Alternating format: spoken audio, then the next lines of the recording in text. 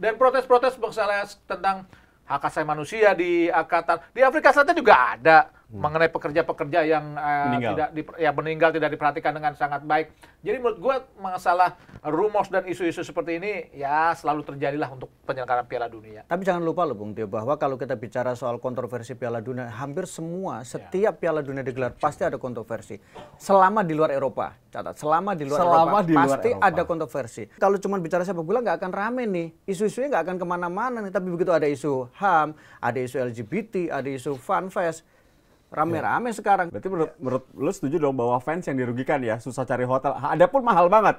Satu malam 16 juta, 30 juta hotel bintang 3. Nah, itu maksud gua nih PR kalau penyelenggaraan Piala Dunia di negara kaya, bukan hanya di Qatar menurut gua. Aturan khusus ini juga banyak ya. Nggak boleh ngerokok sembarangan, nggak boleh minum minuman alkohol sembarangan, seks bebas nggak boleh, LGBT. Sedangkan 4 hal ini ya kita nggak bisa tutup mata ya. Ini terjadi di Piala-Piala Dunia sebelumnya. Iya, seks bebas kalau nggak ketahuan ya kan.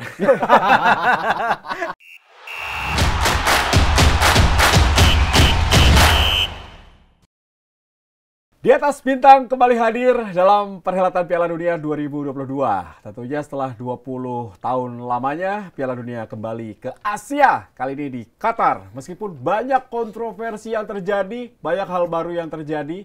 Untuk itu gue akan membahas bersama dengan Hadi Gunawan dan juga tentunya Ma'ruf El Rumi. Siap, mantap. Wih, sini akhirnya sampai sini juga Bang Ma'ruf. Pendatang baru ya, sempat nyasar. Oke, ini menarik. Gue bahas dulu mengenai pemilihan Qatar. Ini ketika Piala Dunia mau Oh, gue ada di situ tuh. Ada di situ? 2010 itu. Oke, itu katanya banyak terjadi korupsi, permainan sehingga akhirnya Qatar dipilih. Tapi yang lucu ya sebetulnya itu kan berbarengan dengan ini apa namanya? Promo Indonesia pengen jadi tuan rumah Piala Dunia. Iya, Itu luar biasa tuh. Banyak orang Indonesia yang benar-benar merasa pokoknya Indonesia tuh harus bisa menjadi tuan rumah, mempunyai kans besar. Tapi waktu gua di Piala Dunia di 2010 di Afrika Selatan saat itu ya, di media center di mana nggak ada yang ngomongin Indonesia. Sama sekali ya. Amerika paling sama Qatar ya. Amerika ya waktu dia. Amerika yang agak kuat. Pokoknya yang paling kuat tuh saat itu. Nggak ada yang ngomongin Indonesia. Jadi tapi di Indonesia banyak yang mengklaim bahwa Indonesia adalah sebetulnya nominasi terbesar, kandidat terbesar menjadi tuan rumah Piala Dunia 2022. Padahal saat itu nggak ada yang ngomongin. Sama sekali. Sama sekali. Kita sendiri yang ngomong kan. Kita sendiri yang ngomongin. Malah kadang-kadang ada yang ngomong, tapi dengan nada bercanda misalnya. Maksudnya, kita datang, "Woi, dari mana nih?" "Oh, Indonesia." "Wih, tuan rumah Piala Dunia." Tapi sambil senyum-senyum gitu. Jadi menurut gua banyak juga yang kegeeran sebetulnya. Tapi menurut pemilihan Qatar gimana? Menurut gua sih saat itu memang banyak orang yang selalu mengatakan Qatar kandidat terbesarnya. Di luar mungkin memang mereka menjanjikan fasilitas yang sangat wah ya. Karena bagaimanapun penyelenggaraan Piala Dunia itu kan membutuhkan biaya yang bermiliar-miliar dolar.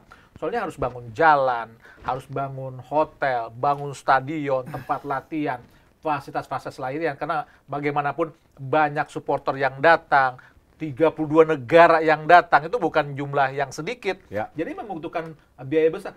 Qatar kalau nggak salah 220 miliar dolar loh untuk pembiayaan Piala Dunia seperti ini. Uang kecil buat mereka. Uang kecil buat mereka sih.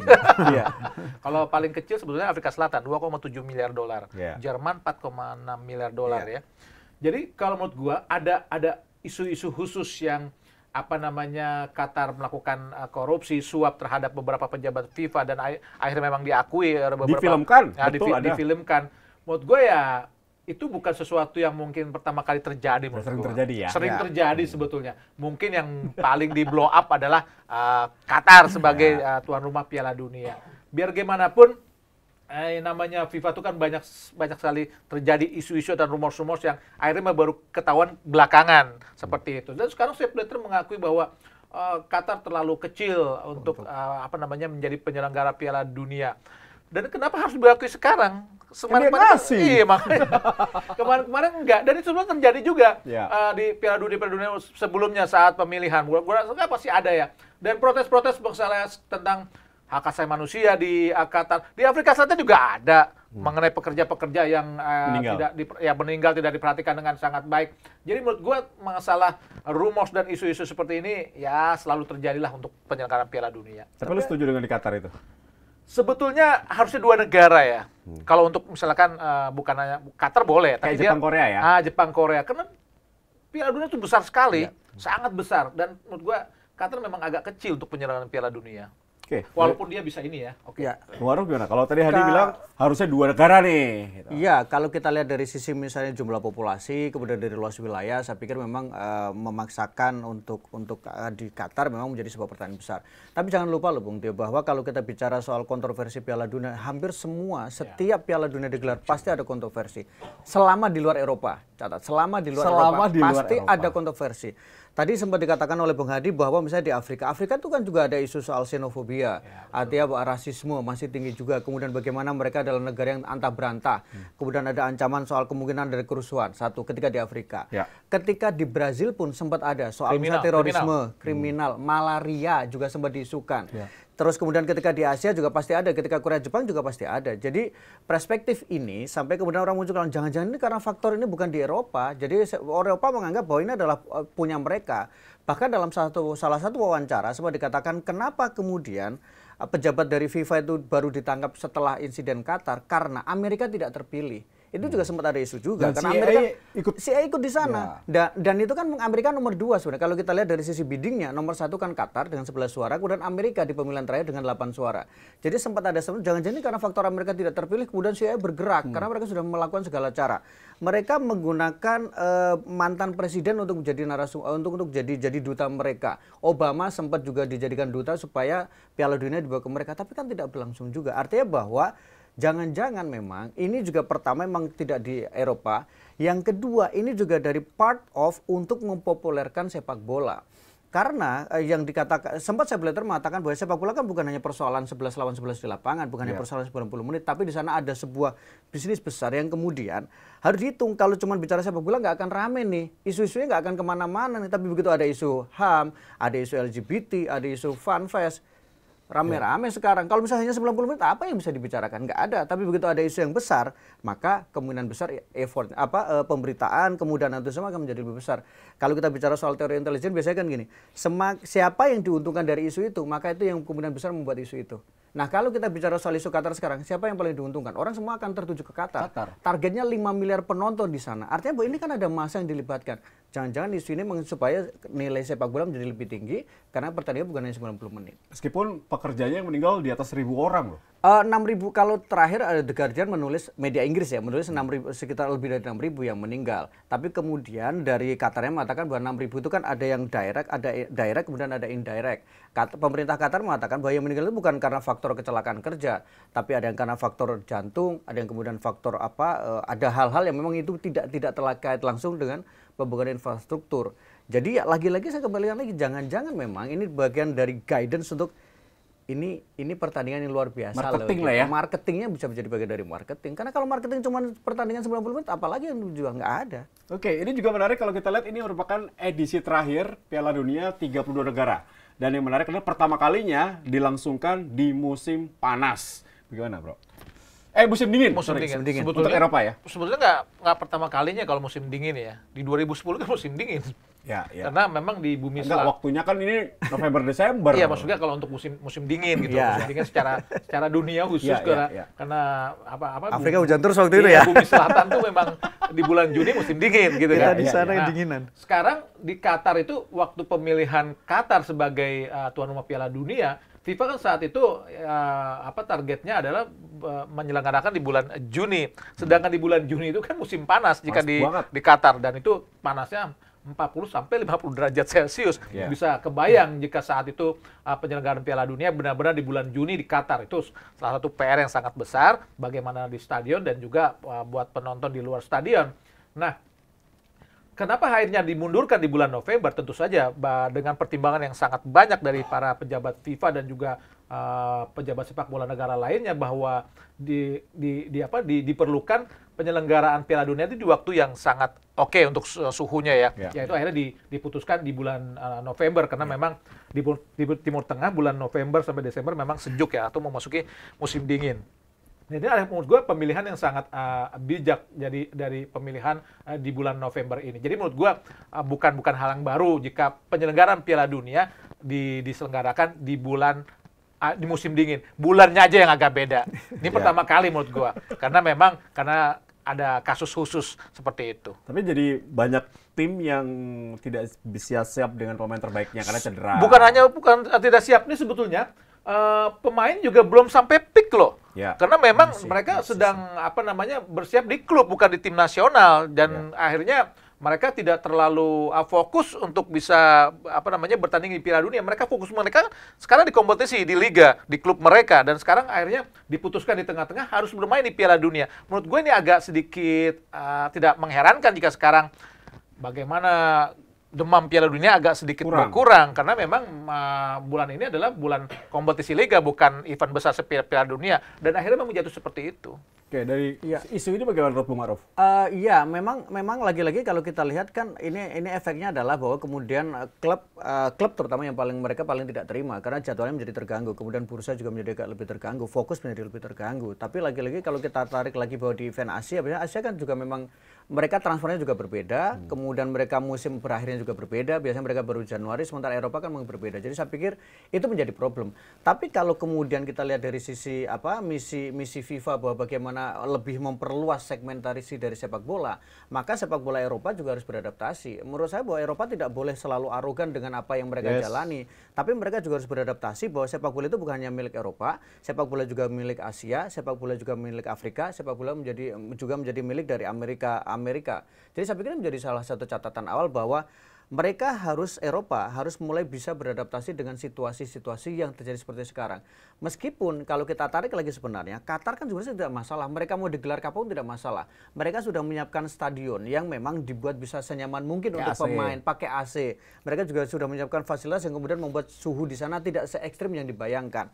Tapi kemudian karena faktor resikonya, kemudian juga faktor adaptasi Eropa juga, akhirnya digeserlah ke bulan-bulan November dan kemudian Desember. Jadi saya pikir bukan pada persoalan bahwa kesiapan dari Qatar, tapi lebih karena adaptasi bagaimana supaya membuat nyaman semuanya. Ya, ini sedikit merubah stigma paradigma yang ada Piala Dunia ya. Nah, kalau melihat 4 pertandingan satu hari, yang diuntungkan fans, broadcast, atau sedangkan pemain akan menjadi lelah ya. Ini lebih padat gitu Piala Dunianya. Maksudnya Piala Dunia kali ini? Bukan, maksudnya karena dari Liga, Piala Dunia, kemudian Liga lagi, jadi buat pemain sangat padat sekali. Ya pastinya ya, ini merupakan salah satu konsekuensi penyelenggaraan Piala Dunia digelar di pertengahan Liga. Ini memang suatu PR yang sangat-sangat krusial ya. Bagaimanapun Liga sedang berjalan, mereka sedang melakukan kompetisi di Liga dan akhirnya memasuki suatu event sepak bola. Dan dengan urutan pertandingan seperti itu jelas, mereka sebetulnya harusnya ya, yang ideal adalah mereka berhenti kompetisi dulu, istirahat dulu sebentar, baru masuki TC untuk menyesuaikan untuk bertanding di kompetisi atau event yang besar seperti Piala Dunia. Tapi sekarang kan mereka tidak ada istirahat lagi. Mereka langsung masuk dengan asumsi bahwa mereka memang sedang siap untuk bertanding karena memang masih memasuki masa kompetisi. Mereka mungkin asumsinya seperti itu supaya tidak ada lagi masa istirahat sehingga langsung terjun ke Piala Dunia. Kalau masalah capek, pasti letih mereka. Tapi kan biar bagaimanapun mereka profesional. Semua manajemen tim adalah profesional. Pelatih, staf pelatih semua profesional.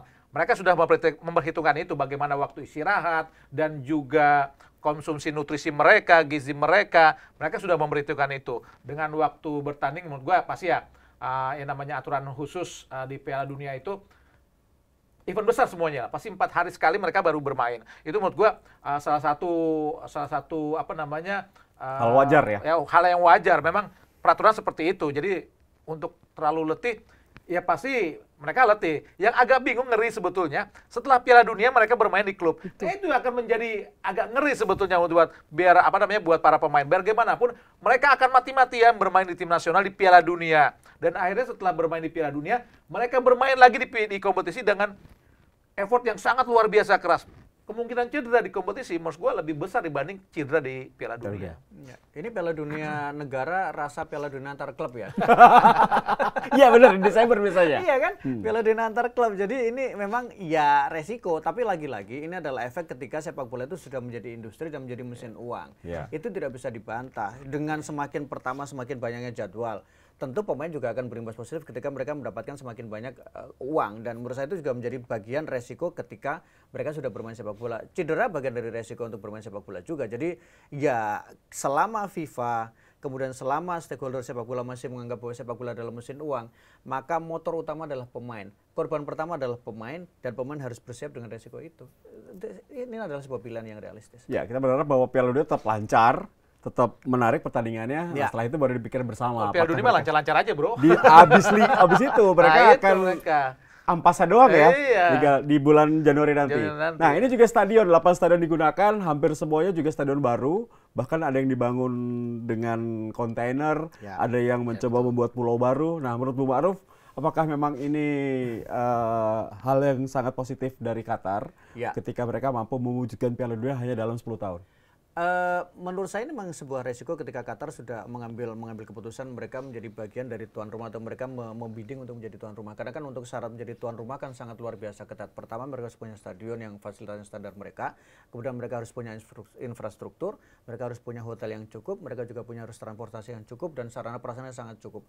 Itu menurut saya menjadi salah satu resiko besar ketika Qatar harus membangun stadion, total ada 8 stadion dengan satu renovasi lainnya dibangun, dan itu pun sebenarnya kan juga sempat memunculkan kontroversi terkait dengan tenaga kerja ilegal, kemudian juga ketika tenaga kerja itu tidak dibayar dengan standar layak, kemudian banyak korban meninggal tadi sudah di-mention juga. Ya ini menurut saya memang sebuah keputusan yang diambil Qatar, sebuah negara kecil yang sebenarnya tidak punya tradisi sepak bola, tidak pernah lolos ke Piala Dunia, meskipun pernah di Piala Asia, tapi mereka tidak pernah lolos ke Piala Dunia. Jadi saya pikir ini menjadi sebuah cara Qatar untuk membangun sepak bola. Tapi di luar itu sebenarnya tujuan Qatar menjadi tuan rumah Piala Dunia itu bukan sekedar untuk gengsi ke dunia, tapi mereka itu juga menunjukkan bahwa mereka sebenarnya bisa lebih besar dari Saudi, mereka bisa lebih besar dari Uni Emirat Arab. Jadi daripada gengsi lokal, di mana ini akan meningkatkan standar mereka, kemudian meningkatkan image mereka, terutama di negara-negara semenanjung yang di sekitar mereka, supaya mereka menjadi lebih dilihat. Karena selama ini mereka selalu kalah. Arab Saudi mereka kalah. Arab Saudi kan sudah terbuka sekarang menggelar UFC. Mereka sudah ada nightclub, mereka sudah ada rumah judi dan sebagainya. Sementara kalau kita lihat Dubai juga sudah melakukan hal yang sama. Mereka punya F1 dan sebagainya. Jadi ini adalah kesempatan terbaik Qatar, makanya itu mereka melakukan semua cara supaya bisa menjadi tuan rumah untuk Piala Dunia. Gimana Bro, menurut lo dengan stadion baru ini yang tentunya dengan banyak hal yang tidak lo alami di Piala Dunia yang lo liput?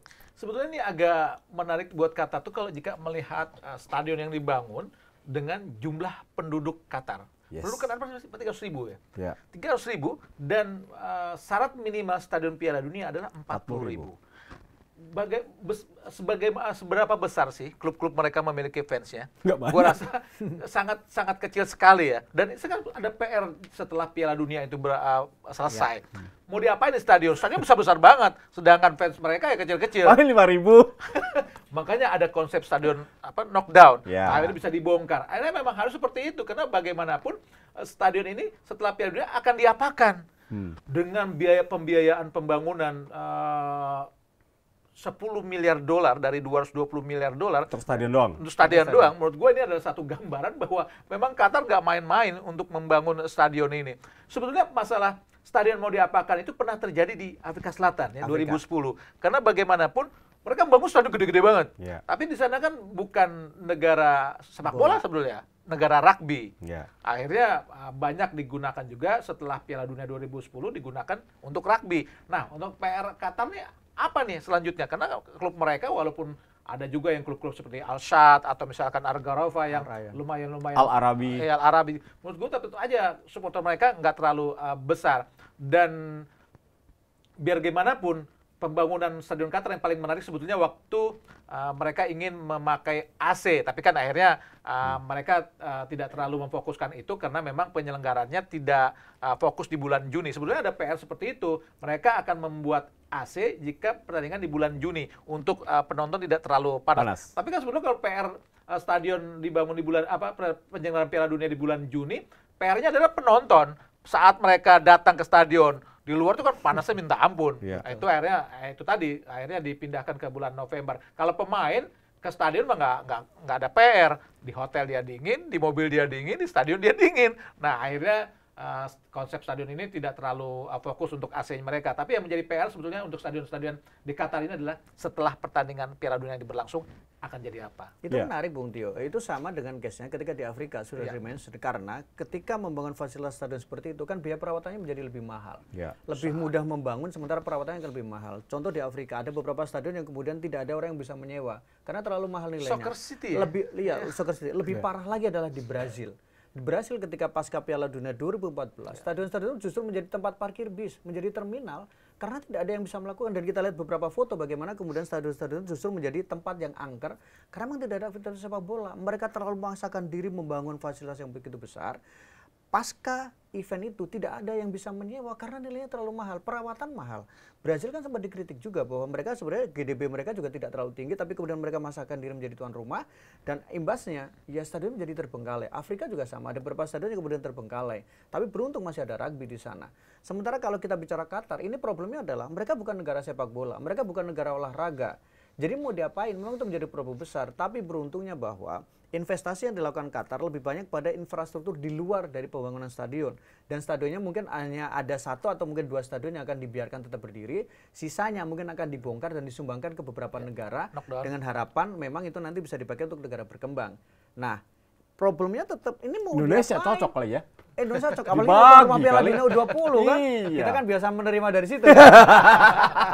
Dibagi ntar stadionnya. Tapi juga menarik gue melihat kesiapan mereka dalam prasarana infrastruktur, alat tempat latihan, mereka bangun sangat bagus, memakai universitas, memakai stadion-stadion dari klub yang ada tadi ya dikatakan, dan juga hotel-hotelnya ini cukup buat klub, tapi bagi supporter atau fans dari seluruh dunia yang dikatakan Bung Ma'ruf 5 miliar diharapkan, itu kurang. Kalau 5 miliar mungkin penonton televisi. Tapi kan itu pasti pengen datang juga ke sana. Kalau datang 1,5 juta orang. Nah, menurut gue jelas kan yang namanya PR Piala Dunia itu bagaimana membangun stadion, tempat latihan, hotel, jalan, sama bandara. Itu sangat penting sekali. Bandara oke lah, mereka bagus. Kalau bandara nggak perlu banyak-banyak, satu ini udah deket mereka kan. Betul. Yang jadi PR Piala Dunia sebelumnya kan karena memang tempat penyelenggaraan stadion itu kan memang berjauhan. Kadang kita membutuhkan 18 jam perjalanan darat sehingga harus kita menggunakan pesawat udara atau kereta api untuk sampai ke ke stadion yang lain atau ke kota yang lain. Begitu juga dengan tempat-tempat yang menjadi PR sebetulnya kalau kita liputan juga penonton itu adalah markas tim. Kalau markas tim itu mereka biasanya berada di ujung kota, jauh di desa, di pelosok desa, kadang-kadang di tengah hutan, kaki gunung kadang-kadang. Itu yang akhirnya kita membutuhkan kendaraan atau transportasi yang khusus untuk sampai ke tempat latihan mereka. Sebetulnya itu PR buat wartawan ya. Kalau wartawannya tidak memegang uang banyak, wah ini PR. Ais pegang duit banyak atau Ais? Ais pegang duit banyak. Harus denger dia. Karena membutuhkan uang untuk sampai ke markas latihan. Biar bagaimanapun, sumber berita paling banyak ada di markas latihan. Bukan di stadion. Kalau stadion adalah tempat pertandingan, maksudnya berita itu ada saat itu atau sehari sebelumnya ya Rup ya. Tapi sebelumnya itu ada jadi markas latihan atau di fan zone atau misalkan di tempat festival-festival. Tapi yang paling banyak untuk berkaitan dengan pertandingan dan tim itu adanya di markas tim kalau misalkan. Nah, kalau dulu itu sangat jauh. Nah, yang sekarang itu sangat enak. Dekat. Paling jauh berarti 75 km. Menurut gua 1 jam sampai. Iya, menurut gue ini salah satu keuntungan buat para wartawan dan supporter pertandingan Piala Dunia di Qatar. Karena markas-markas timnya itu tidak terlalu jauh, tapi buat tim jadi PR. Sebel mereka akan didatengin terus kan? Diganggu tuh wartawan sama supporternya. Deket banget kan, tinggal datang sampai gitu kan. Minta foto segala datangan. Itu yang menjadi gue keuntungan dan kerugian bagaimana penyelenggaraan Piala Dunia di Qatar khususnya buat pendirian markas-markas tim seperti itu. Berarti menurut lu setuju dong bahwa fans yang dirugikan ya, susah cari hotel. Adapun mahal banget. 1 malam 16 juta, 30 juta hotel bintang 3. Nah, itu maksud gua nih PR kalau penyelenggaraan Piala Dunia di negara kaya. Bukan hanya di Qatar menurut gua. Ya hidupnya memang udah mahal. Hidupnya memang udah mahal. Contoh lah ke zaman Piala Eropa di Swiss misalkan atau di Jerman.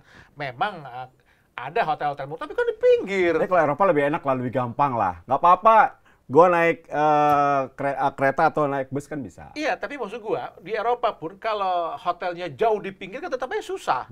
Maksudnya kalau nggak punya kendaraan umum dia harus naik, nggak punya kendaraan yang disewa, dia harus naik kendaraan umum. Ini jadi PR. Nah sekarang ini karena memang lingkupnya dekat, memang Qatar sudah membangun pemukiman yang bagaikan kota sendiri negaranya.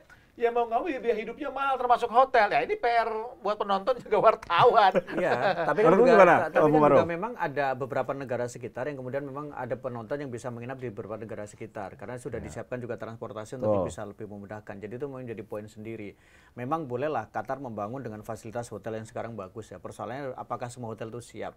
Mereka juga membangun seperti tenda-tenda yang sudah difasilitasi untuk lengkap. Itu juga menjadi salah satu cara. Tapi harganya sangat luar biasa mahal. Mahal banget. Tapi kalau kita bicara mahal, benar kata Bung Hadi, kita tinggal di mana? Kalau kita dulu di Afrika Selatan itu murah karena rans. Jadi mata uangnya tidak beda jauh dengan kita. Jadi dan kita masih bisa mendapat karena wilayahnya luas karena dibagi ke beberapa wilayah. Jadi tidak ke ngumpul satu tempat. Jadi kita masih bisa mendapatkan hotel yang murah. Tapi ini dengan satu tempat yaitu bagian dari risiko dan ketika orang nonton ke sana kan tidak selalu bicara soal di hotel kalau penonton itu. Kalau fans itu kan mereka bisa dimanapun. Dan saya pikir juga fasilitas di Qatar juga sudah cukup mungkin untuk bagaimana mewadahi penonton yang datang ke sana. Jadi ya ini bagian dari seni lah. Dan itu kendala yang memang harus diantisipasi oleh supporter di Indonesia aja kita lihat. Ketika supporter tidak bisa mendapatkan tempat menginap ya mereka bisa dimanapun. Dan Qatar memfasilitasi bagaimana supaya mereka ketika dari satu negara masuk ke Qatar tidak terlalu repot. Itu sudah difasilitasi. Sebenarnya yang paling unik ya dari penjalanan Piala Dunia sebetulnya adalah camp loh, kemah-kemah. Ya, ada sekarang katanya ada, tapi mahal juga. Tapi mahal, 13 juta. 13 juta, betul. Kalau dulu kan maksudnya kita bangun kemah di dekat hutan. Camper van lah ya. Iya, dekat hutan dia bangun. Malah supporter Belanda yang paling unik, dia bawa karavan, dia cari tempat khusus, dia tinggal di situ. Dan kalau misalkan rekan-rekannya tidak ada, dia bangun camp-camp perkemahan. Akhirnya kalau mau nonton tinggal gulung, mereka tinggal titipin terus dia nonton. Nah sebenarnya seni-seni seperti itu yang menurut gue agak sedikit berkurang mungkin, tidak terlalu banyak mungkin ya, terlalu banyak di Qatar ini. Sebenarnya itu yang paling menarik jika meliput Piala Dunia ya. Tapi percaya bahwa justru dengan semua isu ini orang akan datang ke Qatar rame-rame. Penasaran soalnya. Penasaran sekali. Mereka penasaran dengan fasilitasnya, dengan kereta cepatnya, dengan hotelnya, dengan tendanya. Pasti menurut saya akan lebih sangat berat sekali karena yaitu dengan dibangun penasaran dengan semua kontroversinya. Ya, dan tur stadion ini akan menjadi salah satu tujuan wisata ya. Aku pengen tahu nih stadion baru nih yang bisa dilakukan seperti apa, itu akan menjadi penasaran. Kalau masalah stadion sebetulnya bukan hanya supporter ya, wartawan pun sebenarnya sangat penasaran. Pemain juga kali ya. Iya. Semua pasti sangat penasaran dengan stadion karena bagaimanapun stadion baru itu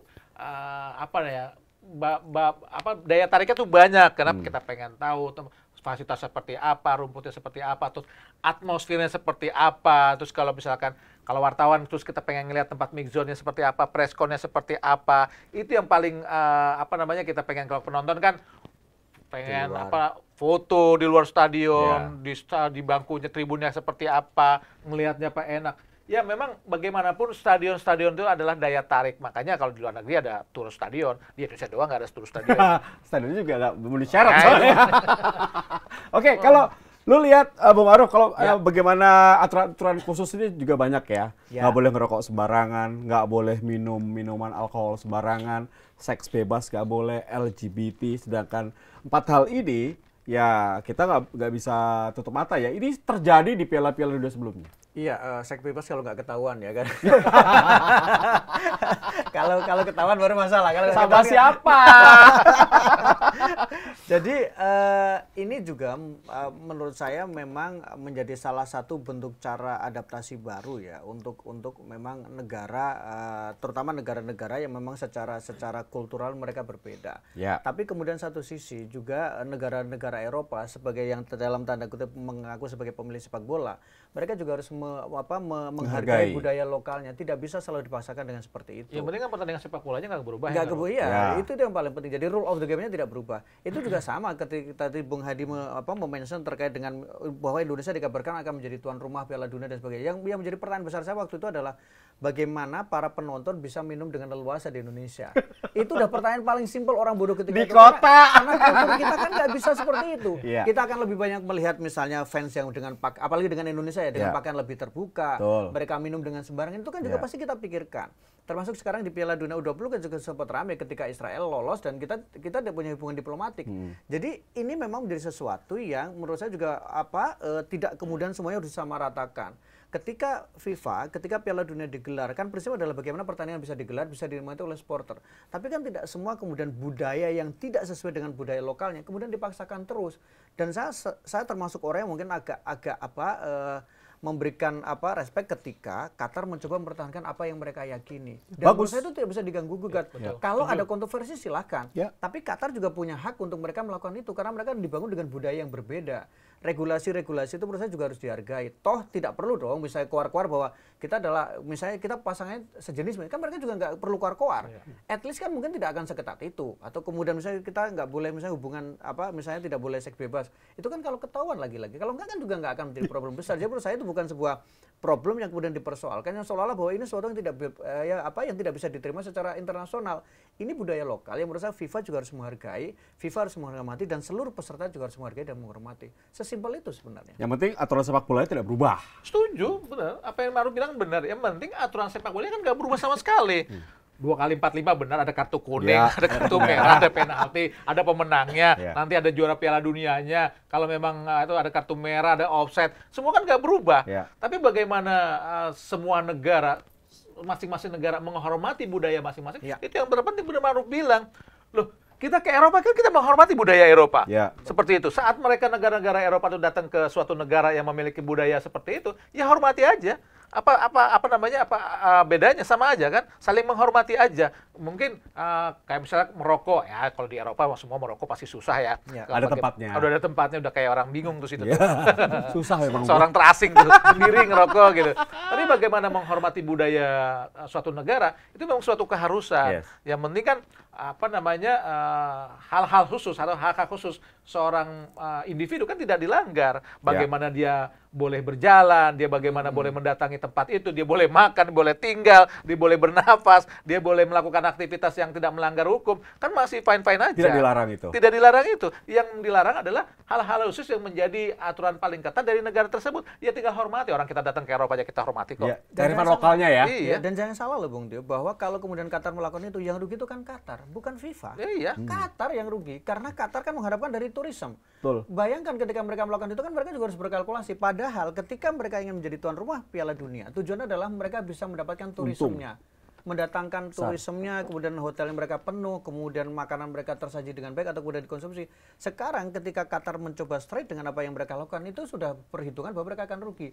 Yang untung siapa? Justru FIFA yang untung. Hak share mereka akan lebih tinggi, sponsor mereka tetap dapat, dan mereka tetap mendapatkan privilege dan tidak terganggu sama sekali. Jadi apa yang kemudian menjadi perdebatan? Karena yang rugi adalah Qatar. Qatar harusnya merasa paling protes kalau mereka merasa dirugikan. Tapi kan Qatar justru mencoba melakukan itu yang terbaik. Nah Indonesia menurut saya ketika nanti menjadi tuan rumah Piala Dunia kapanpun, harus mempertahankan budaya itu. Harus berani untuk berkata bahwa ada hal yang memang bisa dilakukan, tapi ada hal yang juga bisa tidak dilakukan. Jangan kemudian ketika berkaca bahwa ini karena nasionalisme, ini karena internasional, ini regulasi kita enggak juga. Tetap harus ada yang memang kita jaga, dan itu juga untuk menghormati masyarakat. Karena ketika kita menggelar Piala Dunia, yang dipakai dana masyarakat kok. Dan yang dipakai dana masyarakat tentu adalah itu harus bertanggung jawab secara malah Qatar ya, untuk mengantisipasi seperti itu dia berencana mengundang supporter bayaran ya. Dia apa namanya? Dia kasih tiket. Ya ada kan? Jadi ingat gitu kan? Tiket pesawat dia bayarin, hotel dia bayarin, tiket nonton dia bayarin hanya untuk menjadi pengembira. Luar biasa. Tapi ada satu hal yang baru mungkin adalah teknologi offside ya. Ini teknologi offside ini baru diperkenalkan pertama. Apakah ini akan menambah hilangnya drama VAR, drama Piala Dunia menurut lo? Ya itu tadi, bagaimana penggunaan teknologi kan mau nggak mau kan menghilangkan sisi humanis dari sepak bola itu sendiri. Ya kalau gue pribadi memang sangat pengen sisi humanis itu tetap ada. Tapi bagaimanapun sekarang sepak bola sudah sangat mengglobal, hitungannya uang semua, teknologi semua. Ya mau nggak mau ya kita ikut aja. Ini ada bisnis yang masuk di sini soalnya. Pastinya, biar gimana pun masuknya teknologi itu kan duit. Itu bisnis, bagaimanapun vendor akan mengikuti hal seperti itu. Oke, dari Bung Maruf? FIFA lagi yang dapat ya. Emang kampret FIFA ini ya. Jadi kan FIFA lagi yang dapat ya. Tapi memang betul bahwa saya termasuk juga orang yang ketika teknologi itu diperkenalkan sepak bola, menurut saya juga agak terlalu mengganggu sepak bola ya. Tapi karena kemudian kita lihat bagaimana case-case ada pengaturan skor, kemudian pengaturan juara atau kemudian ada judi di dalamnya, menurut saya itu kemudian memunculkan bahwa memang perlu ada sedikit perlindungan supaya pertandingan itu berjalan dengan fair, kemudian juga memang tidak ada kontroversi yang terlalu besar. Meskipun kalau kita lihat sekarang juga, meskipun sudah ada VAR kan juga tetap ada kontroversi. Karena lagi-lagi kan semuanya akan tergantung pada subjektivitas, semuanya akan tergantung pada keputusan dari wasit sebagai pemimpin pertandingan, dan pasti itu akan ada sesuatu yang mungkin tidak akan semuanya menyenangkan untuk banyak pihak. Mungkin ya kalau ada teknologi ya kita tidak akan ingat lagi bagaimana gol Maradona, peristiwa gol Jerman tuh. Jerman Inggris di Piala Dunia 66 atau Lampard di Piala Dunia 2010 melawan Jerman. Ya mungkin hal-hal itu sudah tidak mungkin terjadi lagi, atau tangan setan Maradona di Piala Dunia 90 melawan Soviet. Itu udah mungkin udah nggak ada lagi. Tangan Tuhan, kenapa tangan setan ini? Tangan Tuhan lawan Inggris, tangan setan lawan Soviet di Piala Dunia 90. Itu Maradona menggagalkan sundulan pemain Soviet itu dengan tangan kirinya. Dan hal-hal seperti itu yang sebetulnya sering kita ceritakan kan. Itu sebetulnya yang hilang jadinya ya. Nah, itu hilang. Bumbu-bumbu seperti itu kan sebetulnya misteri-misteri yang enak sekali dibicarakan, bagaimana Maradona dengan tangan Tuhannya tiba-tiba dia mengucapkan itu tangan Tuhan. Itu kan sesuatu yang sangat luar biasa, dan kita tidak akan lagi bisa melihat Inzaghi baru. Inzaghi kalau misalkan ada VAR ya nggak bakal jadi top skor dia. Oke, ini kalau menurut kalian berdua, terakhir Bung Ma'ruf, apa yang Bung Ma'ruf lihat dari segala macam kontroversi yang ada, aturan khusus yang ada untuk pelaksanaan Piala Dunia 2022? Iya, Piala Dunia 2022 ini termasuk yang paling kontroversial jelas, tapi kita tetap akan melihat sebuah pertandingan antar negara, pertandingan elit, dan menurut saya pasti akan tetap menarik perhatian dari seluruh penonton ya. Apapun bahwa kontroversi justru berusaha menjadi bagian bumbu untuk kemudian mengantarkan event ini akan menjadi salah satu event terbesar, terutama adalah event yang didukung dengan teknologi yang sangat luar biasa. Jadi semua mata ke situ ya? Yes. Dan kalau boleh tahu siapa sih juaranya kalau menurut Bung Ma'ruf? Prediksi? Inggris. Hah? Inggris? Serius Inggris? Serius Inggris? Berat kayaknya, tapi nggak apa-apa, itu prediksi boleh. Lo sudah semifinalis, sudah finalis. Oh gitu ya. Semoga Maguire bunuh diri ya. Karena faktor Maguire. Ya. Kalau Bung Ahai melihat apa yang bisa dilihat dari pelaksanaan Piala Dunia yang penuh kontroversi ini? Sebetulnya kalau bicara kontroversi buat gue sama aja, nggak ada yang kontroversi banget. Biar menarik aja pertanyaannya. Gue susah ngebahas pertanyaan nih. Iya, menurut gue sesuatu keadaan kontroversi itu buatan-buatan media aja lah, supaya event itu bertambah lebih banyak lagi pemberitaan atau ingin dibaca, ditonton. Bagaimanapun kontroversi itu selalu ada di setiap event. Maksudnya waktu pertama kali misalnya kalau bicara Olimpiade ya, tahun 84 itu kan kontroversi. Bagaimana dunia amatir dikemas secara profesional oleh di Olimpiade 84 Los Angeles. Dan Piala Dunia sebagai event besar, kontroversi di mana pun ada, seperti di Afrika Selatan, Brazil, atau misalkan Qatar sekarang. Sebetulnya yang menurut gue agak janggal sebetulnya itu tadi, penyelenggaraan saja waktunya di bulan Juni, sekarang bulan November. Buat gue hanya itu kok yang menjadi paling menjadi perhatian gue untuk Piala Dunia 2022 ini. Tapi kalau ini sukses bisa diulang lagi loh. Nah itu tadi kan, kita nggak ada yang tahu. Ternyata FIFA ngeliat, paling bagus. Bisa nih. Ingat ya waktu penyelenggaraan Piala Dunia Konfederasi. Siapa yang nyangka uji coba mereka akhirnya menjadi satu penyelenggara yang terus terjadi. Bisa jadi nih. Ini bagus ternyata. Ada cuannya. Ada cuannya. Ikut aja lagi. Paling penting uang lah ya. Iya, yang penting uang. Terus yang juara siapa? Argentina. Kalau gua Italia. 4 tahun lagi. Oke, terima kasih Adi Gunawan. Terima kasih Bung Ma'ruf. Nanti kita ketemu tentunya di live reaction yang akan kita lakukan sepanjang Piala Dunia, tentunya di T10 TV dalam Di Atas Bintang. Sukses selalu teman-teman, sehat-sehat, kita akan begadang selama 1 bulan ya. Baik, sampai ketemu lagi di Atas Bintang episode berikutnya. Tio Nugroho Sanot. Bye.